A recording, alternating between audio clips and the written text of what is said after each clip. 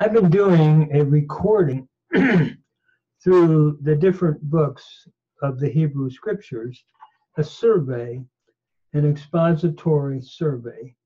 And now we're at the book of Ezra. Before beginning, though, I would like to have a brief moment of devotion, because to be an encouragement at this time and to see the comfort that we can find in Scripture. Psalm 23, Adonai Roi, the Lord is my shepherd.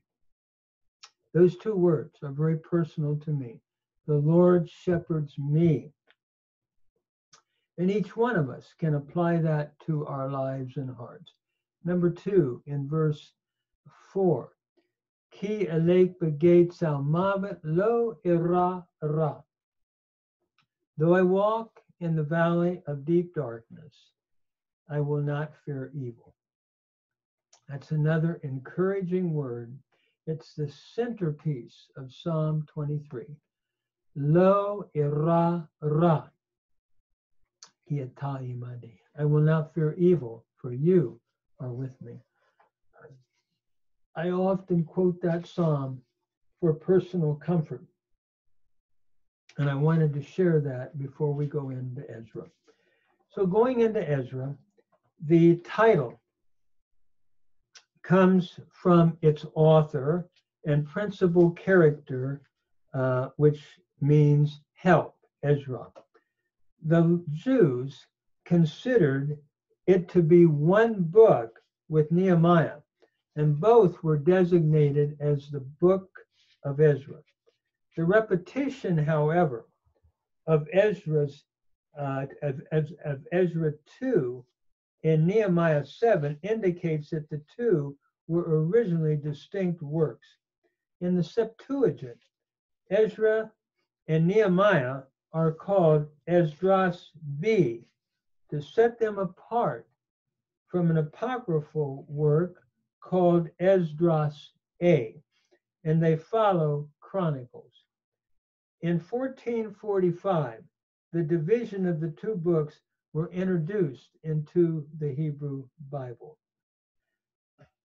As to the author, while the book does not in its entirety claim to be the composition of Ezra, such a conclusion is justifiable, I believe.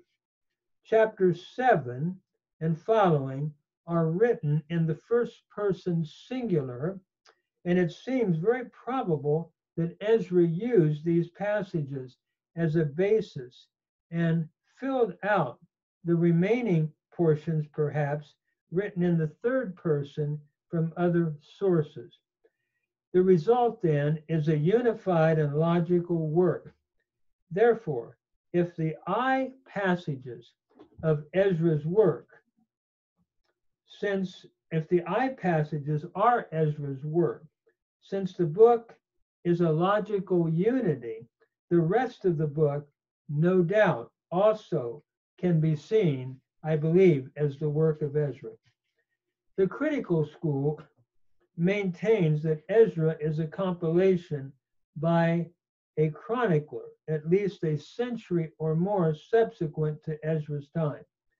They raise several basic arguments to support their position, which can be answered, I believe, by a proper consideration of the text and the purpose of the writer. Some of these problems and their answers are as follows. Number 1, the title King of Persia, Ezra 1:1, is supposedly unnecessary at a time of Persian supremacy. The term the king would have been the proper designation, and therefore critical scholarship dates the book later. Such a problem is answered, however, by demonstrating that during this time, the term King of Persia was used outside of the Bible.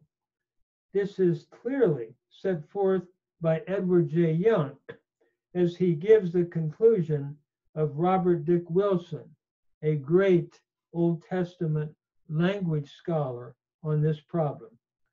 Number two, the two edicts of Cyrus in 1:1 to 4 and 6:3 to 5 are said to be different, and therefore one usually, the first, is made unauthentic. The answer to this is simply that they were given for different purposes and yet are both authentic. The first one was transmitted in Hebrew and made when Cyrus first conquered Babylon.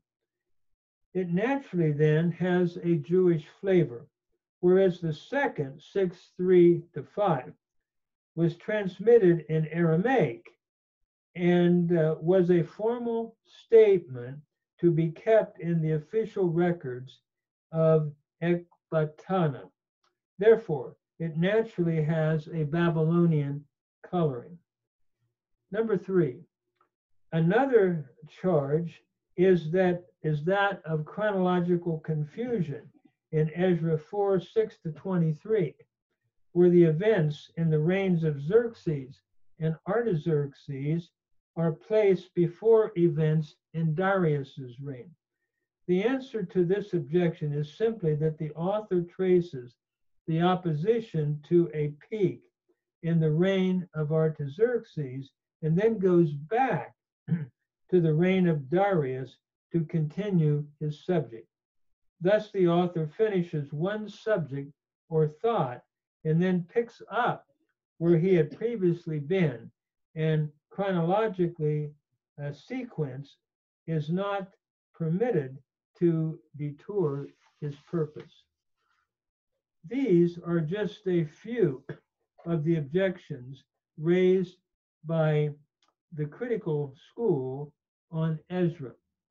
More problems and answers can be found in the standard conservative Old Testament introductions, such as Edward J. Young, Merrill F. Unger, or John H. Raven. There are several points in favor of Ezra as the author then. Further, there is no weighty objection against it that cannot be answered, I believe, satisfactorily. Secondly, it is possible to trace a single hand through Chronicles, Ezra, and Nehemiah, and tradition places Ezra as that hand. Thirdly, the book of Ezra uses the pronoun I, which even some critical scholars acknowledge as Ezra. And since the rest of the book forms a logical unit, it seems to follow that the whole book is the work of one man, namely Ezra. As to the date, the last event recorded in the book of Ezra is his reformation, the year after his arrival in Jerusalem in 456 BC. It is possible that it was written somewhere between 456 BC and the time of the arrival of Nehemiah in Jerusalem in 445 BC. The Wycliffe Bible Commentary supports this view when it reads, quote, "Since Ezra lived to the time of Nehemiah, he had plenty of time to finish the book between April of 456 BC, when the events of Ezra 10:17 to 44 took place, and the summer of 444 BC, when Nehemiah arrived in Jerusalem from the Persian court." This is also strengthened by the fact that the Hebrew of Ezra resembles that of Daniel, Haggai, and Chronicles much closer than that of Ecclesiastes, and that a comparison of the Aramaic of the Elephantine papyri, 5th century, and the Aramaic portions of Ezra show close similarities. I should have said Ecclesiasticus in 180 BC. In other words, the Hebrew of Ezra resembles that of Daniel, Haggai, and Chronicles much closer than that of Ecclesiasticus of 180 BC. So we have a comparison of the Aramaic of the Elephantine Papyri, which was 5th century, and the Aramaic portions of Ezra, and they show similar, very close similarities. It is also very likely that while Ezra's ministry is to be placed within the reign of Artaxerxes the first, I should say, 465 to 424 BC, his writing was sometime afterwards. Professor Unger supports this when he writes, if Ezra, according to tradition, is also the author of Chronicles, as is by no means impossible, then the book of Ezra must have followed Chronicles anywhere from about 430 to 400 BC or a little later. Ezra's ministry is clearly to be placed in the reign of Artaxerxes the First, 465 to 424 BC, but he may have written Chronicles in the book of Ezra considerably later. It can then be concluded, I believe, that Ezra wrote the book between 456 BC and 424 BC, or shortly thereafter. The historical background: the book of Ezra sets forth God's promise in restoring Israel back to her land after the Babylonian captivity. The first 6 chapters of the book take place during the first years of Cyrus's reign, 538 to 530 BC, and the first of Darius, 521 to 586 BC, while the last 4 chapters record events during the reign of Artaxerxes I, 464 to 423 BC. As to the purpose of the book, the main purpose of the book is to trace the history of Israel's return from Babylon and her rebuilding of the temple and the opposition encountered in this work. The aim then is to give an account of the restoration of the Jews to their land, viewing it from a religious and priestly perspective. It is no marvel that Ezra describes his task of teaching the law in Judah, of restoring the temple service, and of dealing with the problem of mixed marriages which were facing him in his ministry. The argument or the flow of thought of the book of Ezra then follows. The theme of Ezra is the return and restoration of the remnant to their land. Ezra sets forth the story of the rebirth of the Jewish people. The story is presented in 2 basic parts: the return of the exiles under Zerubbabel, chapter 1 through chapter 6, and the return of the exiles under Ezra, chapter 7 through chapter 10. The return of the exiles under Zerubbabel begins with the decree of Cyrus, allowing the captive people of the nation Israel to return to Jerusalem in chapter 1. The holy vessels are restored to the people to bring back, and a registration of the returning remnant is given. The people in general, the priests and the Levites, the Nethinim, the descendants of Solomon's servants, and the ones of the lost genealogy then are all listed. The total number returning is given at 49,897, including representation from all the tribes of Israel. This is all in chapter 2. Following their arrival in Jerusalem, the rebuilding of the temple begins in 3. The altar of burnt offering is erected, the sacrifices are reinstituted, and the temple foundation is established. As the foundation is laid, the people then show mixed emotion. Some shout for joy, while others weep. Those who weep do so partly through joy and partly because of the new foundation, which seems so small compared with the past temple of Solomon. No sooner then than the work is started, the building is intercepted by adversaries. The first attack is an invitation to compromise. The Samaritans, then living in Jerusalem, offer to help the Jewish people to finish the temple and to sacrifice with them. Knowing that this would create such a union with idolatry, the offer is rejected by Israel's leaders. The Samaritans then retaliate and send a message to the king of Persia, accusing Israel at that time of seeking rebellion against him.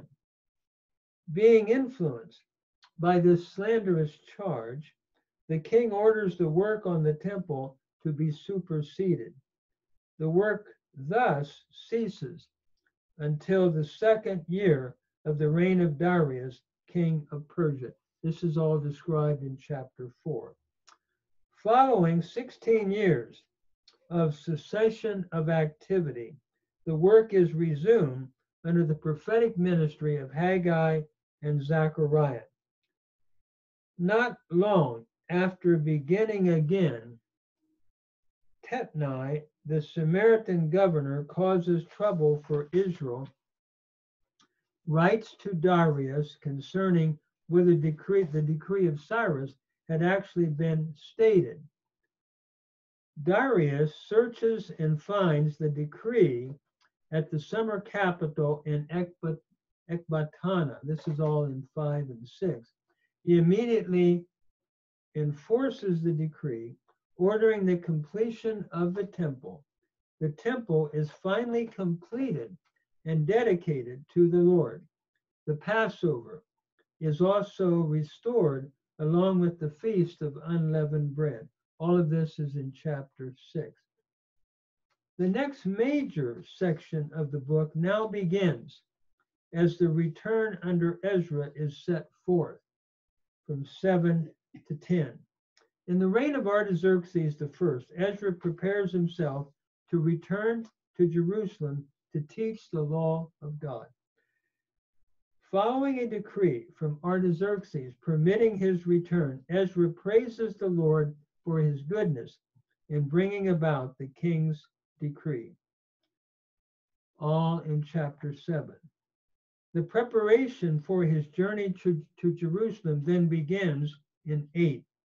Ezra's companions are registered, ministers for the Lord's house are gathered from the Levites and the Nethinim, and a fast is proclaimed for the Lord's protection. After the temple treasure is committed to the 12 priests, the journey then is undertaken.